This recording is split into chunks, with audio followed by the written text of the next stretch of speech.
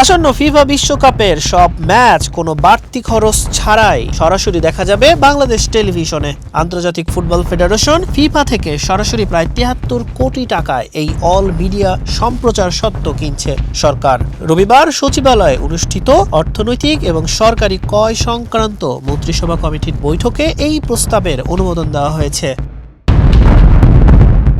যুক্তরাষ্ট্র, মেক্সিকো ও কানাডার যৌথ আয়োজনে আগামী ১১ জুন থেকে শুরু হতে যাচ্ছে ফুটবল বিশ্বের সবচেয়ে বড় greatest show on earth FIFA বিশ্বকাপ ২০২৬।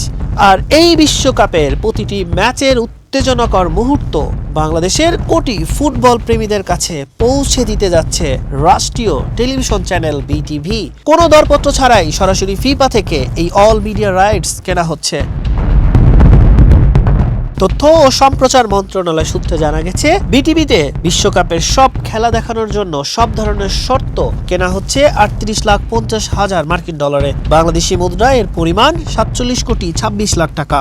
ভ্যাট কর সহ খরচ হবে ৭২,৭০,০০,০০০ টাকা। ফলে কোনো ধরনের কেবল নেটওয়ার্ক, স্যাটেলাইট সংযোগ ছাড়াই বিটিভিতে এবারের বিশ্বকাপ ফুটবল খেলা দেখা যাবে।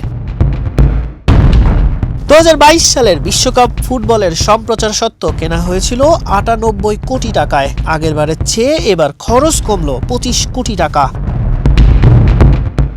মেক্সিকোর ঐতিহাসিক আজতেকা স্টেডিয়ামে উদ্বোধনী ম্যাচ দিয়ে শুরু হয়ে ১৯ জুলাই নিউ ইয়র্কের মেটলাইফ স্টেডিয়ামে ফাইনালের মধ্য দিয়ে পর্দা নামবে এই আসরের। বিটিভির এই স্বত্ব ক্রয়ের ফলে দেশের ফুটবল প্রেমীরা টেলিভিশনের পর্দায়, ডিজিটাল এবং মোবাইল ডিভাইসও উপভোগ করতে পারবেন বিশ্বকাপের প্রতিটি মুহূর্ত।